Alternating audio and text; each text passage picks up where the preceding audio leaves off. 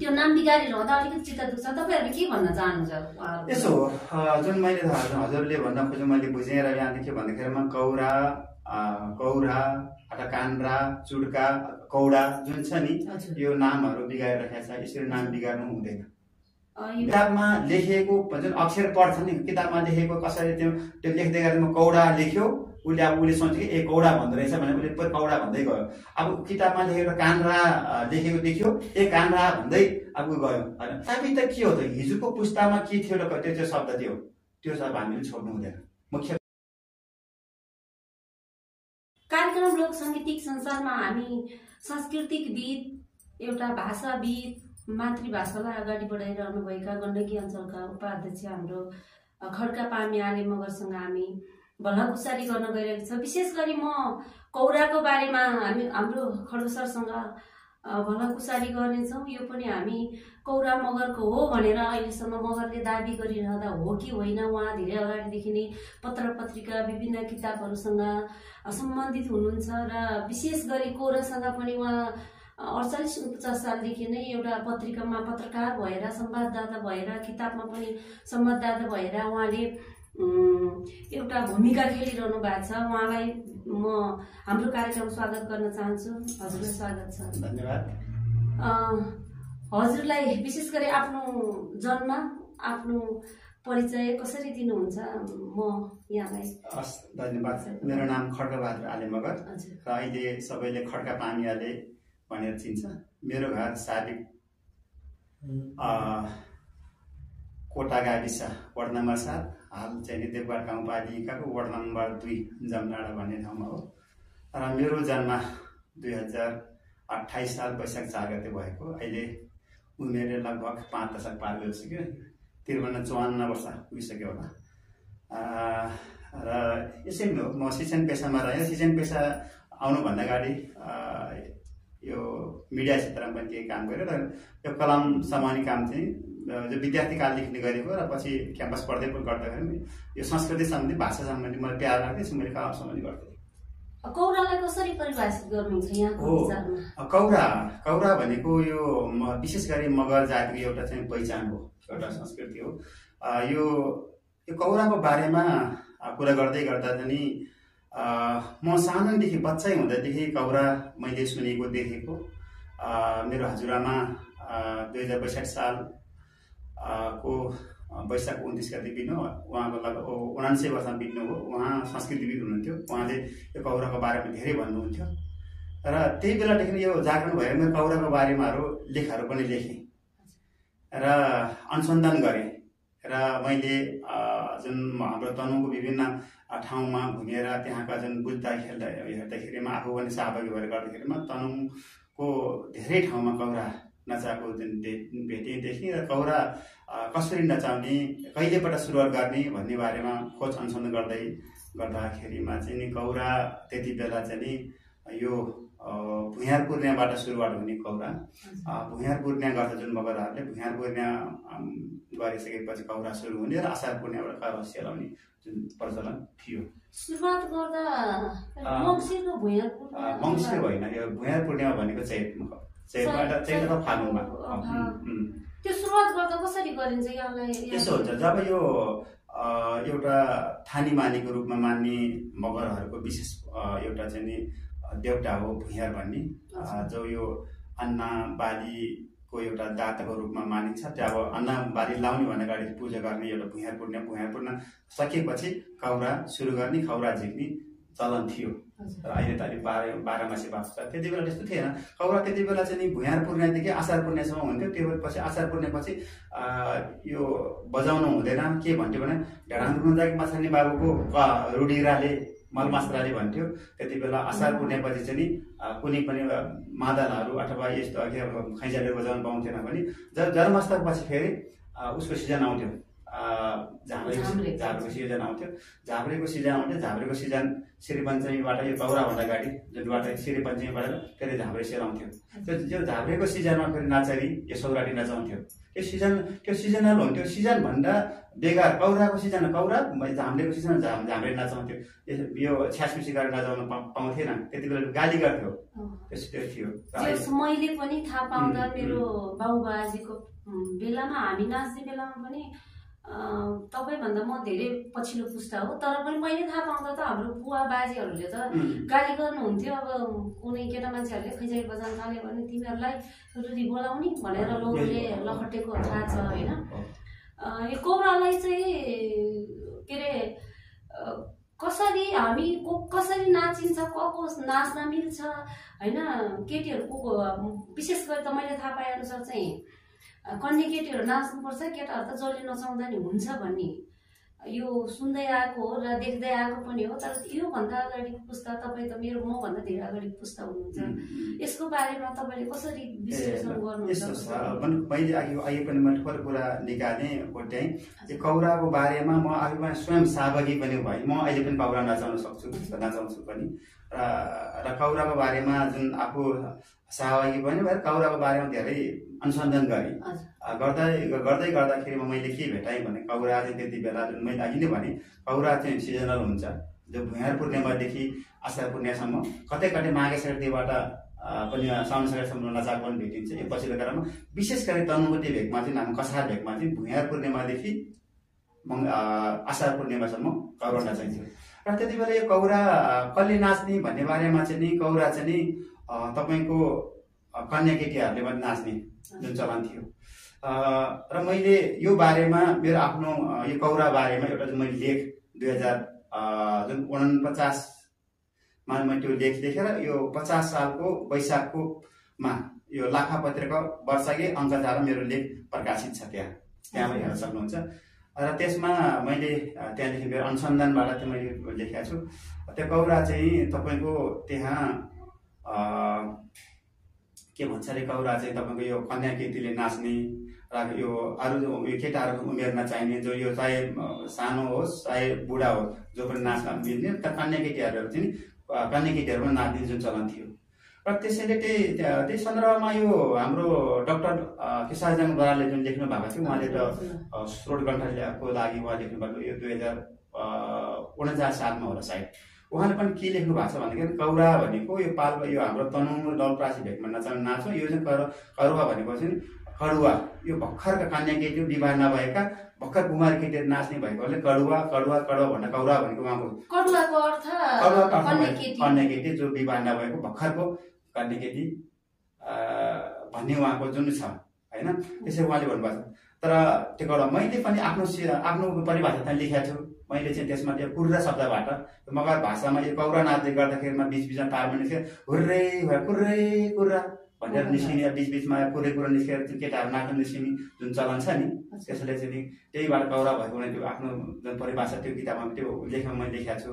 र अहिले त केटाहरू सुरुबाट अन्तिमसम्म नाच्न देखिन्छ। तर त्यति बेला के थियो भन्दाखेरि हामीले हाम्रो पालामासम्म त्यति बेलासम्म तपाईँ केटाहरू पनि नाच्ने र केटाहरूको जुन यो चरण मारेर अर्को दोस्रो चरण मात्रै भाउ लाउँदै आँखाको साँटो मार्दै कुर्रै कुरा भनेर निस्किने अभिनय गर्ने चलन थियो।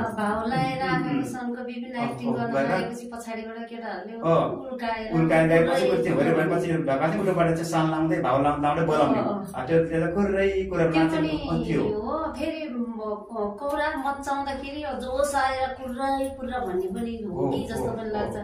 फेरि त्यो पछि परिभाषा त व्यक्ति आफैले आफ्नो तरिकाले परिभाषित गरेको छ। तर खास चाहिँ अहिले मैले चलन चल्तीमा सुन्दै आएको अहिले धेरै पछिल्लो पुस्ता आएर हाम्रो पुस्तामा चाहिँ कतिले चाहिँ कौरालाई कौरा होइन कान्द्रा भन्ने पनि परिभाषित गर्नुभएको छ। यो विशेष गरी यमबहादुर थापा मगरजीले हो, आले मगरजीले हो क्या, त्यसरी परिभाषित गर्नुभएको छ। त्योभन्दा अगाडिको पुस्ताहरू त अझै त्योभन्दा अगाडि त तपाईँहरूले केशरजङ बराल र तपाईँले 2049 सालमा पत्रिकामा काम गरिरहनु भएको रहेछ। अनि केशरजङ बराल अझै तपाईँभन्दा अघिल्लो पुस्ता हुनुहुँदो रहेछ होइन। खास चाहिँ पत्रिकामा यसो छ। हजुरले भन्नु खोजेको कुरा मैले बुझिहालेँ। र त्यति बेला अहिले पनि केही हाम्रा त्यति बेला के बुढाहरू जो संस्कृतिमा त्यो कौरामा नाच्ने गाउने जुन बुढाहरू अहिले पनि जीवित छन्, जो अहिले 70-80 वर्षका छन्, उहाँहरूसँग गएर बुझ्नुहोस् कौराले के भन्छ भने भएन उनीहरूको शब्दमा करवा स्याके भन्छ करवा कौरा पनि भन्दैन काण्डा भन्दैनन् करवा स्याके भन्छ करवा स्याकिनु के करवा स्याकिनु के करवा झेकिनु के भन्ने जुन चलन छ अहिले पनि उनीहरूको मुखबाट करवा नै आउँछ करवा स्याके भन्ने आउँछ।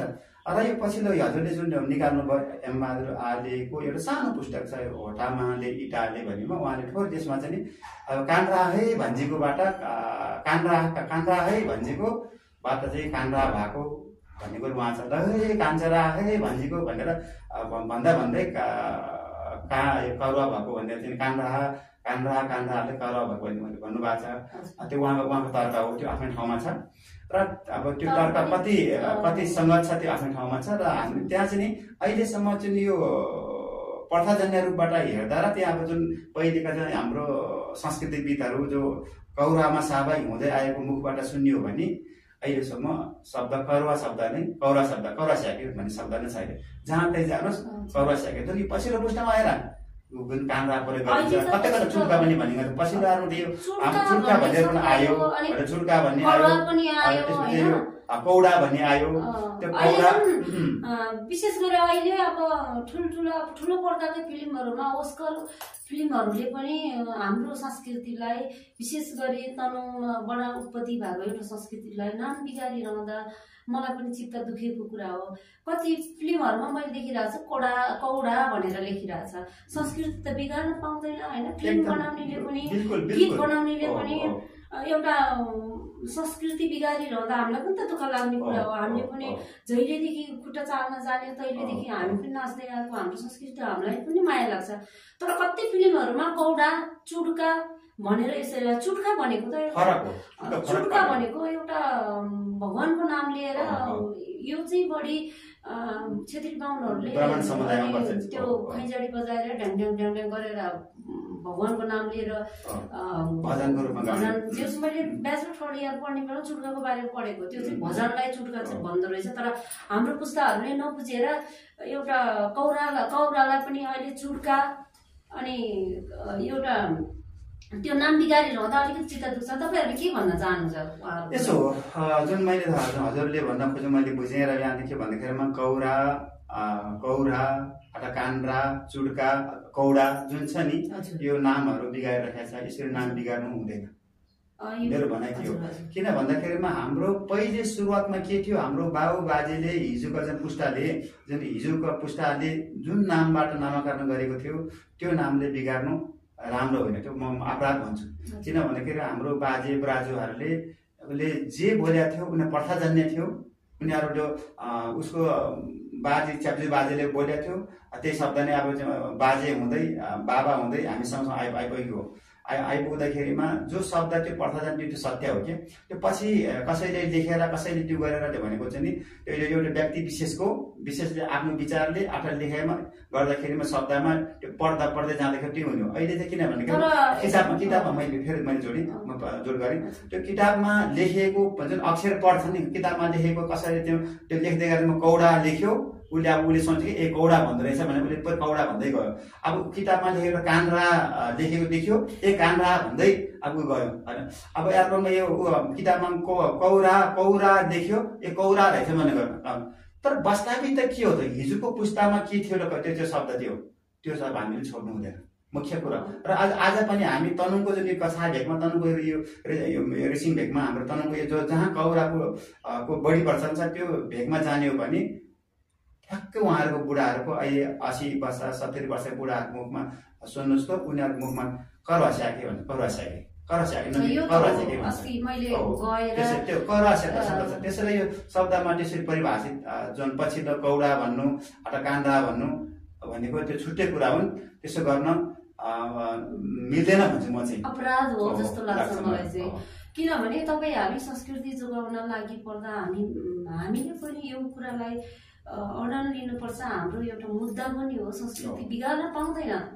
चाहे बाहुन क्षेत्रीको होस् चाहे हाम्रो मगरको होस् होइन, चाहे गुरुङको संस्कृति किन नहोस्, तर जे हो त्यो चाहिँ हुनुपर्छ। र कौराको बारेमा अलिकति मलाई एउटा जिज्ञासा लागेको चाहिँ विशेष गरी तपाईँ धेरै अघिल्लो पुस्ता हुनुहुन्छ र धेरै अगाडिदेखि नै दस्तावेजीकरणमा तपाईँ एउटा इतिहासको एउटा जिउँदो इतिहास हुनुहुन्छ। तपाईँले जे बोक्दै आउनु भएको छ अहिलेसम्म, यहाँसम्म दोहोऱ्याउनु भएको छ, हाम्रो पुस्तालाई हस्तान्तरण गर्नसम्म अब तपाईँ यहाँसम्म आउनु भएको छ कि कौरा चाहिँ खास कहाँ नचाउँथ्यो? कतिपयले रिसिङ भेगबाट उत्पत्ति भएको भनिरहेछ, कतिपयले कछारा भेगबाट उत्पत्ति भएको भन्ने कुरा भइरहेको छ। एक्ज्याक्ट कहाँ हो त्यो थाहा छैन। तर अहिले प्रचलन अहिले नचाहिरहँदा अहिले त विश्वको प्रत्येक जहाँ नेपाली जहाँ छन् नि त्यहाँ अहिले कौरा नचाउने के अरे बजाउने गरेको पाइन्छ। यो प्रचलित हुनु र यो विश्वमा हाम्रो संस्कृति आदान प्रदान हुनु भनेको त त्यो राम्रो कुरा पनि हो। तर यसलाई चाहिँ मान्छेहरूले कहाँ उत्पत्ति भएको, कसरी उत्पत्ति भयो होला भन्ने जिज्ञासा लागिरहँदा तपाईँले चाहिँ कसरी बुझ्नु भएको छ, तपाईँले कसरी बुझाउनुहुन्छ अहिलेको नयाँ पुस्तालाई? धन्यवाद। यसमा के छ भन्दाखेरिमा जुन छ नि मैले तपाईँलाई अघि थोरै मैले भन्न खोजेको कुराहरू, कौराको उत्पत्ति कहाँबाट भयो होइन। अब हामी तनुङमा कौराको उत्पत्ति भयो भने चाहिँ तनुङको कहाँबाट भयो भन्ने कुरो पनि उठ्छ नि। मैले आफ्नो केन्द्रबिन्दु कहाँबाट लेखेमा पनि मैले थोरै त्यहाँ मैले उसले भेटे अनुसार मैले लेखेको छु। यो कौराको उत्पत्तिको बारेमा जुन मैले अघि पनि भने कौराको उत्पत्ति कहाँबाट कसरी भयो भन्ने बारेमा जुन उखान टुटकाले पनि त्यति बेला चाहिँ के थियो भने उखान टुटकाले त्यति बेला त्यो समाजमा के चलेछ भन्ने बारेमा त्यति बेलाका समाजले चाहिँ उखान टुटका हुने, अहिले जस्तो कुनै किताब लेख्नेको चल्नु हुन्थेन, किताबमा दस्तगिरी हुन्थेन, उनीहरू पनि उखान टुटका त्यो जहाँ कुन समाजमा के भएको थियो उखान टुटका जुन भन्ने चलन थियो त्यही अनुसार नै त्यति बेला उखान टुटका कछारेको रिसिङको झापा कछारेको कौरा भन्ने जुन शब्दहरू उखानहरू जुन चलेको थियो त्यही हेर्दाखेरिमा यो कौराको उत्पत्ति पनि कछार भेगबाट भएको हो कि भन्ने मलाई म दाबी गर्छु। त्यसरी दाबी गरिरहँदा हुन त अब समग्रमा त अब मैले बुझे अनुसार चाहिँ जस 8 वर्ष 10 वर्ष 8 वर्ष जति अगाडि होला म एउटा ब्याचलर पढ्ने बेला लौकिक विषय लिएर पढिन होला, रिसर्चको लागि जाने बेला हामी 10-12 जना साथी गएको थियो। हामी त्यतिखेर जाने बेला 1-2 जना बुढाहरूलाई भेटेँ होइन। कति 90 वर्ष पुग्ने एकजना बुवा हुनुहुन्थ्यो, उहाँले पनि भन्नुभएको थियो यो उखान टुक्का चाहिँ मलाई याद आयो कि कछारेको कौरा र रिसिङको झाम्रे के अरे नहेरिकन नमर्नु भन्छ भन्ने उहाँले पनि उखान टुक्का गर्नुभएको थियो। कतिसम्म सत्य हो यो त तपाईँहरू जिउँदो इतिहास त तपाईँहरू हुनुहुन्छ होइन। र यसको लागि बल पुग्ने कुराहरू मैले अघि भने नि हाम्रो संस्कृतिविद हाम्रो अहिले 85 वर्ष पुग्नु भएको छ, उहाँसँग अस्ति लिएको मैले कुराकानीमा उहाँले भन्नुभएको थियो के अरे यो कौरा नराममा कौरा नचाइरहँदाखेरिमा जुन वासरुमका ठकुरीहरूले चाहिँ चौकीदार पठाएर कौरा नचाउनको लागि बोलाएको, त्यसरी अब जसरी हुन्छ तिनीहरूले चाहिँ त्यो कछारेहरूलाई हेर्नुपर्छ कछारे कौरा भनेर उनीहरूले बोलाएको, त्यस्तै गोठाडी बोलाएको, धनुवास बोलाएको होइन। र रिसिङको विभिन्न भेगमा चाहिँ कछारेहरूले कौराको भोज खान कौरा हेर्नको लागि नाच हेर्नको लागि बोलाएको चाहिँ थियो र नचाहिन्छ। र पहिले सुरुवात कौरा कहाँबाट सुरुवात हो भन्ने बारेमा चाहिँ नि लिखित दस्तावेज आज मैले भेटिएको छैन। कौराको बारेमा सबभन्दा कलम चलाउने भनेको उहाँले अहिलेसम्म भेट्दाखेरिमा डाक्टर केसारजङ बराल हो। उहाँले आफ्नो स्रोत ग्रन्थमा 2039 सालमा लेख्नु भएको छ, कौराको बारेमा लेख्नु भएको छ। दोस्रो कलम चलाउने भनेको मै हुँ, मैले 2049 सालमा जुन कौराको बारेमा लेखेँ। र त्यो कुरा चाहिँ हाम्रो प्राध्यापक पृथ्वीनारायण कलेजको प्राध्यापक लोकबहादुर थापा संस्कृतविदमा भाषाविद हुनुहुन्छ, उहाँले चाहिँ नि यो नेपाल मगर सङ्घको जुन चितवनमा हुने यो 2050 सालको 22 जेठमा चितवनमा 1, 2, 3 गते 3 दिन एउटा चाहिँ नि कार्यशाला गोष्ठी, त्यो कार्यशाला गोष्ठीमा मगर समाजमा चलेको जुन संस्कृति नाचगान अथवा मगर गुइया के छ रैरामिटा भन्ने उहाँले एउटा स्रोत देख्नु भएको छ। स्रोतमा चाहिँ मगर समाजमा कस्तो कस्तो नाचगान चलेको छ त भनेर उहाँले मगर समाज कौरा चलेको छ, यो घाँटो छ, ती सबै लेख्नु भएको छ। तीमा लेखमा हामीले सन्दर्भ सामग्री बनाएर प्राध्यापक लोकबहादुर थापा लेख्नु भएको छ। उहाँले हामीले सन्दर्भ सामग्री खड्गबहादुर आले बनाउनु भएको छ, मेरो लेखले बनाउनु भएको छ, केसारजङ बरालले बनाउनु भएको छ र उमा गुरुङले बनाउनु भएको छ। र त्यसरी उहाँले आफ्नो एउटा कार्यपत्र 2050 साल जेठ 2-3 गते जुन चितवनमा भएको यो मगर सङ्घको कार्यक्रममा त्यो कार्यपत्र पेश गर्नुभएको छ। त्यो कार्यपत्र मसँग पनि अहिले पनि छ। भने त्योभन्दा अगाडि यो कौराको बारेमा कसैले लेखहरू लेखेको मैले भेटाएको छैँ अहिलेसम्म। र पछिल्लो क्रममा त कौराको बारेमा थुप्रो लेखहरू लेखेँ, किताबहरू लेखेँ, धेरै कुरो लेखेँ। त्यो अब आफ्नै परिभाषा गर्दै आइरहेका छन्। त्यो कुरा म हजुरले लेखेको लेखहरूलाई कतिजनाले एउटा उ बनाएर हैन प्रस्तुत त्यसमा त्यसलाई मैले भन्न खोजेको थिएँ भन तपाईँले फेरि यहाँ जानकारी हो। मैले त्यति बेला चाहिँ 2049 सालदेखि 51 सालसम्म करिब ठ्याक्कै याद आएन, मैले यो संस्कृति सम्बन्धी धेरैहरू लेखहरू लेखेँ। त्यो मध्येमा यो कौराको बारेमा लेखेँ, झाम्रीको बारेमा लेखेँ, यो सौराटीको बारेमा लेखेँ, रसियाको बारेमा लेखेँ, जुवारीको बारेमा लेखेँ, घाँटुको बारेमा लेखेँ। त्यो लेखहरू लाखा पत्रिकामा निरन्तर स्तम्भको प्रकाशन हुँदै गर्दा मेरो लेखलाई रेडियो नेपालबाट प्रसारण बेलुकी 4 बजे 3 बजे प्रकाशन हुन्थ्यो। प्रसारण हुन्थ्यो। प्रसारण भएको हाम्रो संस्कृति भन्ने जुन रेडियो नेपालको कार्यक्रममा मेरो लेख लगभग 2 महिनासम्म मेरो लेख चाहिँ प्रसारण भयो। त्यो चाहिँ नि मैले लेखेको लेख त्यो प्रसारण चाहिँ हाम्रो भीमराणा जिज्ञासु मार्फत त्यो प्रसारण भयो। त्यो मैले लेखेको लेखहरू उहाँ मार्फत त्यो कार्यक्रममा उहाँ गोर्खाको हुनुहुन्छ। त्यसरी मेरो लेखहरू त्यसरी नेपालबाट प्रसारण भएको थियो। अनि त्यसपछि पछिल्लो कालमा मैले अब केही समयमा अब यो शिक्षण पेसातिर रहेपछि मैले यो लेख्न अलिकति छोडेँ र अलिक पछि ब्याक गरेँ। फेरि पछिल्लो कालमा मैले केही लेख्न खोजिरहेको छु। त्यो हो मैले भन्नु। त्यही मैले अघि भन्न खोजेँ, जोड्न खोजेँ के भन्दाखेरिमा कौराको बारेमा त्योभन्दा अगाडि कलम चलेको मैले भेटाएको छैन र त्यही कुरा हो। तपाईँले कौराको विषयमा अहिले हामी बोलिराख्दाखेरि अब पुस्ता हस्तान्तरणमा पहिलाको पुस्ताभन्दा अहिलेको पुस्तामा के फरक पाउनुहुन्छ? यसो छ, पुस्ताभन्दा अगाडि र मेरो पुस्ता आउँदाखेरि म तन्निने अवस्थामा कौरा बेसरी नचाहेको छु। बहुत राम्रो भयो र एक खण्डमा के भयो, कौरा एकदम डाउन भयो। तपाईँको हाम्रो यो लोक संस्कृति चाहिँ बहुत डाउन भयो। आधुनिक गीतहरू चाहिँ बढी सुन्ने, यो हाम्रो लोकगीत लोक संस्कृतिहरू एकदम डाउन भयो, तला भयो। त्यति बेलामा हाम्रो यो विशेष गरी के भन्छ अरे हाम्रो के ढकालले यो आधुनिक गीत रामकृष्ण ढकाल उहाँको आधुनिक गीत त्यति बेला आधुनिक गीतबाट आयो। फेरि पछिल्लो क्रममा के आयो, फेरि फर्क्यो लोकगीत फर्क्यो। लोक सङ्गीत फर्किसकेपछि फेरि कौरा पनि फर्क्यो। कौरा फर्किएपछि कौरा के भएर आयो, कौरा अलिक व्यवसायिक जस्तो भएर आयो होइन। र त्यसरी के भयो, यो 12 मासे जस्तो भएर आयो। बाह्रमासे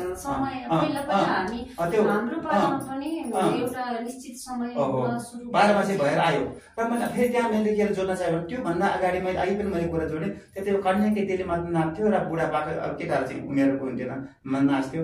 जब चाहिँ पछिल्लो क्रममा चाहिँ जुन बिहा भएको पनि नाच्ने, केटीले पनि गाउने जुन देखियो। नत्र भने केटीले गाउँथेन, कौरा भनेको केटाले गाउने, केटीहरू नाच्ने हो। केटीको स्वर पहिले हुन्थेन, गाउँथ्यो। तर पछिल्लो क्रममा आएपछि व्यावसायिक हुन थाल्यो। अब केटीले पनि गाउन थाले भयो। अब के भन्छ, जुन विवाहित केटीहरू पनि विवाहित महिलाहरू पनि नाच्ने भयो। मैले यसलाई कस्तो लाग्छ भन्दाखेरि 2000 जुन यो 46-47 पछि बौद्ध लायो। विभिन्न आमा समूह गठन गर्यो। आमा समूहहरू गठन भएपछि आमा समूहहरूले आफ्नो देखाउने क्रममा आमा समूहहरू विभिन्न ठाउँमा यो संस्कृति प्रस्तुत गर्नु, कौराहरू देखाउने के गर्थे। त्यहीबाट सुरुवात हुँदै सबै विवाहित महिलाहरूले बजाउने, विवाहित महिलाहरू पनि नाच्ने जस्तो भएको देखिन्छ। त्योभन्दा अगाडि चाहिँ यो नचाको अब चाहिँ तपाईँले कौरालाई विशेष अगाडि बढाउन र विश्वव्यापीकरण गर्नको लागि केही सुझाव दिनुहुन्छ? त्यसो हो, अब यो कौरा भनेको हाम्रो एउटा संस्कृति हो, हाम्रो पहिचान हो। यो पहिचानलाई संस्थागत गर्नको लागि, यो हराउन नदिनको लागि विश्वव्यापीकरण गर्नै पर्छ। विश्वव्यापीकरण गर्नको लागि हामीले चाहिँ नि त्यही हो, हाम्रो मौलिकता के छ, मौलिकतालाई जोगाएर अगाडि बढ्नुपर्छ। मौलिकतालाई जोगाएर अगाडि बढ्यो भने यो पुस्ता हस्तान्तरण भएर हामी जीवित रहन्छ। हामी यो मोडिफाई गर्ने भन्दैमा, व्यवसायीकरण गर्ने भन्दैमा हाम्रो जुन विशेषता हराउने किसिमबाट हामी गयो भने हाम्रो यो पहिचान पनि हराउँछ, कौरा पनि हराउँछ। हामी कौराको विषयमा धेरै राम्रो कुराहरू आयो। यहाँले हामीलाई निकै राम्रो सल्लाह सुझाव दिनुभयो र इतिहास पनि बताइरहनु भयो, धेरै अगाडिको मौलिकता पनि सबै कुराहरू तपाईँले प्रश्न पारिदिनु भयो। यहाँलाई हाम्रो कार्यक्रममा आएर आफ्नो समय दिनुभएकोमा हृदयदेखि धन्यवाद दिन चाहन्छु। अरू छुटेको टुटेको तपाईँबाट भन्नुपर्ने अझै केही कुरा छ भने यहाँले भन्न सक्नुहुन्छ। धन्यवाद। त्यस्तो केही पनि छैन। आज मलाई यहाँको यो कार्यक्रममा बोलाएर जुन यो हाम्रो संस्कृतिको बारेमा केही बोल्ने, जुन 2 शब्द राख्ने, आफूले थाहा भएको, आफूले भोगेका कुराहरू यो दर्शक माझमा पुर्याउने जुन मौका दिनुभयो, हाम्रो थापा लगायत यो सम्पूर्ण सांस्कृतिक टिमलाई धन्यवाद दिन चाहन्छु। र ताकि हाम्रो संस्कार हाम्रो सम्पत्ति हो, हाम्रो संस्कृति हाम्रो सम्पत्ति हो। हाम्रो सम्पत्ति जोगाउनको लागि मौलिकता जोगाउनुपर्छ। मौलिकता जोगाएर अगाडि बढ्नु भन्न चाहन्छु।